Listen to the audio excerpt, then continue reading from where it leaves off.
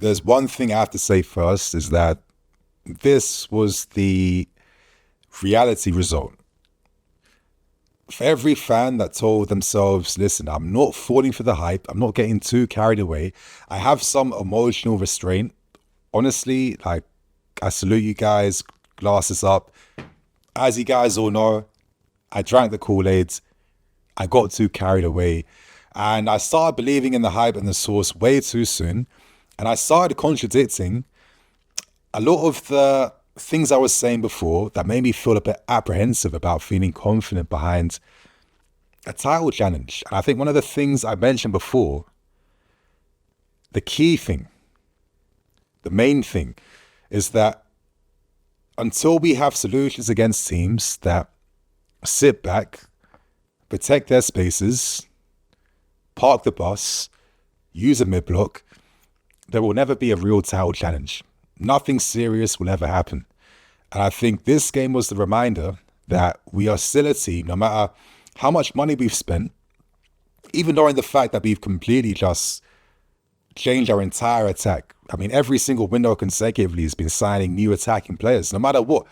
You know, the same Achilles heel that's been holding this club back now for the last, 5 years plus, is managing games like tonight. Because tonight, we got outplayed by Ipswich Town. We got outplayed. If you're an Ipswich Town fan, credit to you guys. Great result, great team performance, great discipline, I have to say. And of course, great players. Hutchinson, our former protege, scoring the goal against us, the goal to take the game away from us. And I can't talk about this review without mentioning the flipping unreal threat that is Liam Delap. My lord, he single-handedly destroyed us today. He single-handedly destroyed us. And I know Joe Shields right now, he's talking to those directors and he's saying, listen, if you don't sign my guy, if you don't sign the player that I know is what this team needs right now, we're going to have some serious issues. It was me that brought in Palmer. It was me that brought in Lavia. It's me that has the vision. I'm the reason why we're trying to do this man cityfication at this football club. If I'm telling you we need Liam Delap, this game tonight was the Liam Delap show because he ran us raggeds, ran our centre-backs raggeds. The guy's shooting. It was literally a battle between himself and Jorgensen. He didn't even care about the defence. It was him and Jorgensen. Jorgensen did his best today, but Delap showed that this guy is a pretty special player in the making.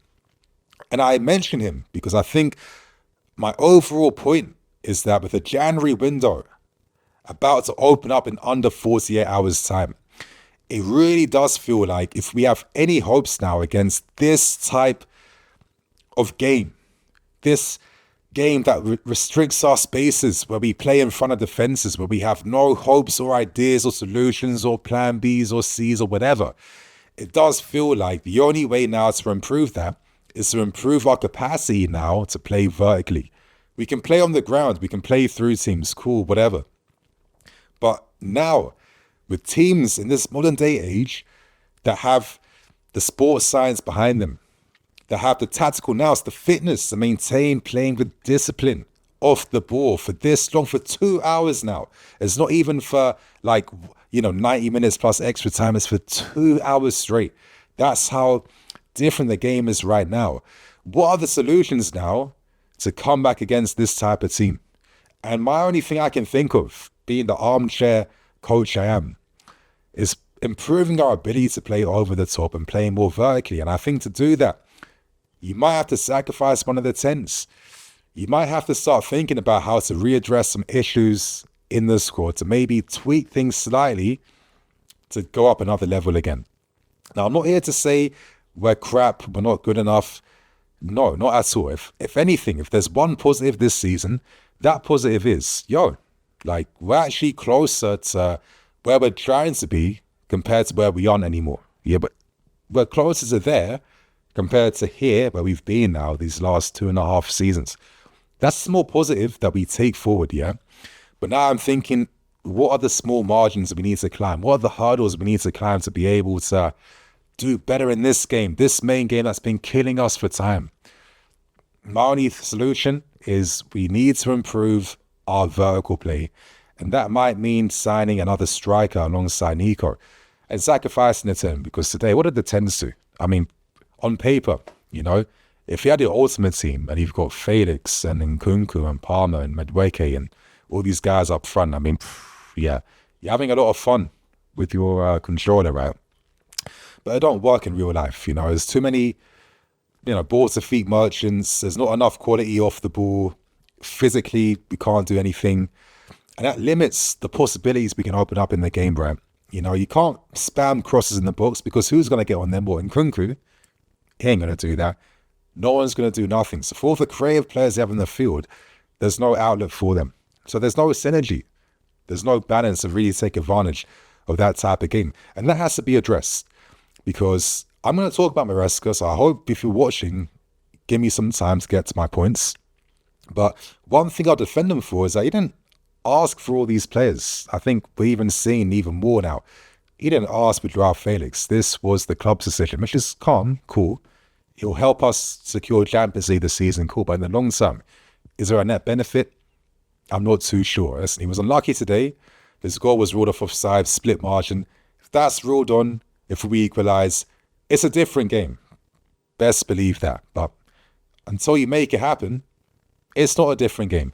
It's the game that Ipswich Town won. And it's the game that they eventually won in the end.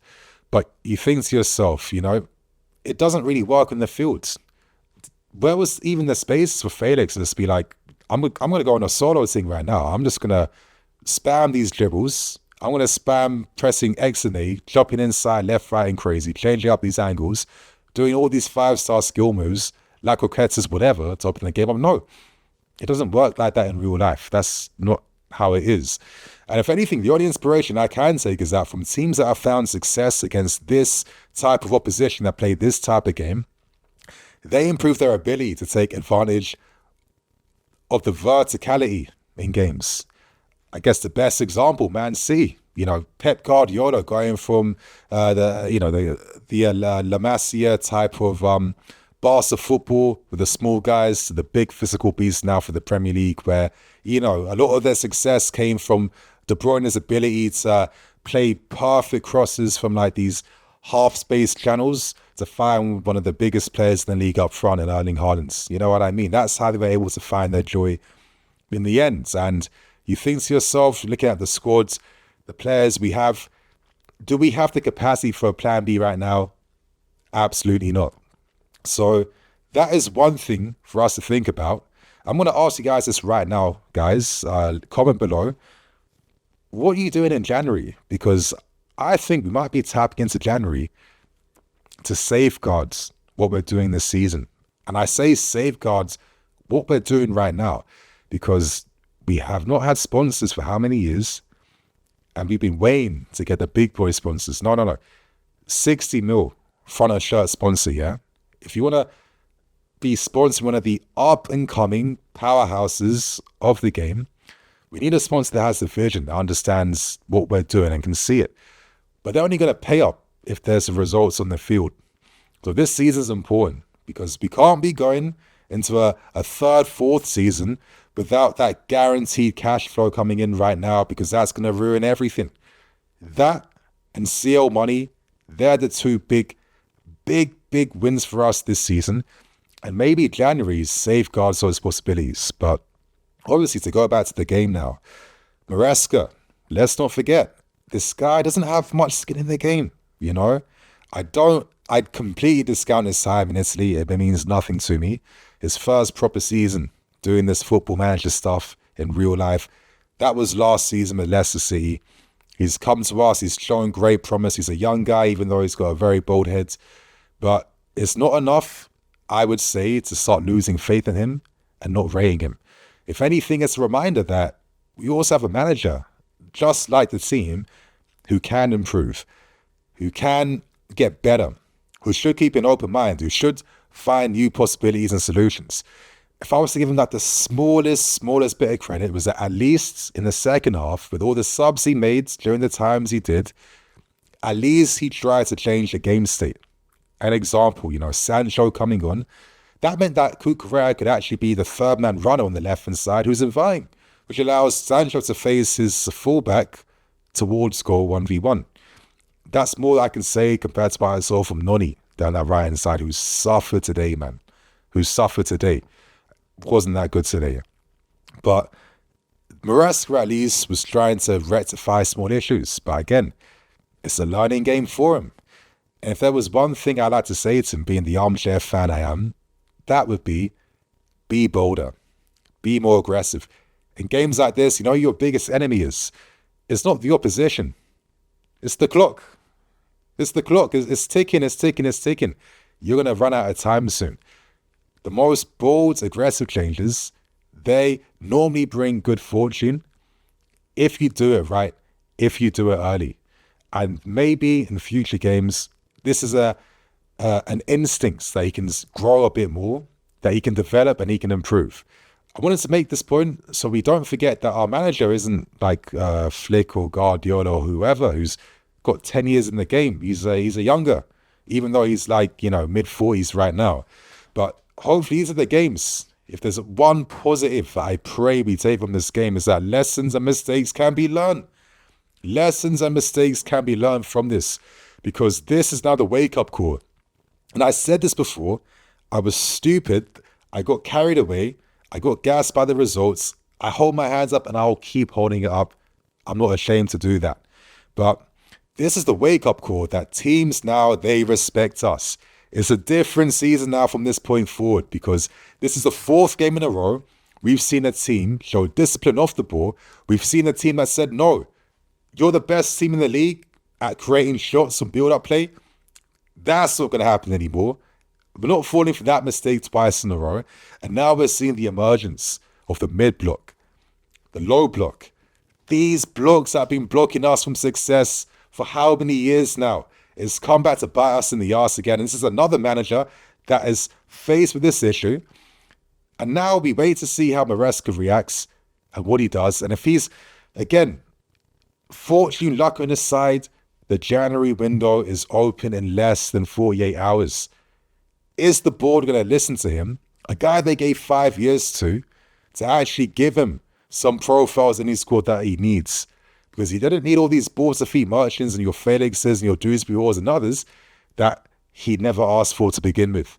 So that is the key thing here that we have to see, my guys. But yeah, man, I felt like I wanted to talk about like some of the prevailing points from this game because, listen, we're fans. We've seen this type of game a million times and we've seen us be on the receiving end of an L many, many times. But listen, of course, there's always a little bit of luck. I personally think that penalty, it's a weird one because I can see it from both sides. I can see if I was an Ipswich fan and that penalty wasn't given, I'd be fuming. I'm taking my seat off the stadium. I'm dashing at the referee. But on the other hand, being the Chelsea fan, seeing just how flipping unlucky it was, but it wasn't even done on purpose. It was like the most weirdest penalty that was given away because, delap skips away from Jorgensen. Jorgensen's already in momentum. He is nothing he can do in that moment to change anything. And then it felt like delap then made contact with Jorgensen again, and the penalty was won. It was such a weird one. Even then, with the penalty being conceded so early, you think improvements can come, more things can be done right. It's a shame we never saw that. You're seeing the flipping back three, man, slow ass back three. Decisive, doesn't want to get forward past the halfway line. It's frustrating because the teams, they want our defense to have the ball right. That's why they're setting up in a mid-block to not press us high so we can have the ball and just recycle it without any purpose throughout. And every time we find the ball wide, all the wide guys, Cucurella doubled up on, Madueke doubled up on, and you're just playing balls back inside, and it's the definition of insanity. And you're just repeating the same mistakes time again. And yeah, it's been the story of this club's life now, this last few years. We built everything now. We don't even have the same ground staff anymore. We said, you even get out. You're not even good enough anymore. We're bringing in our guys. Nah, you can't be getting hit with the same issues now.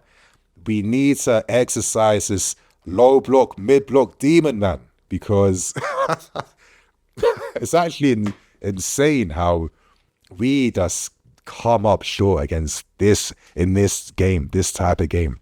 We can't do niche, man. It's mad. But honestly, I can literally pour my heart out even more. I can talk for another hour, realistically. You guys are probably sick and tired of hearing me yapping on at this point already.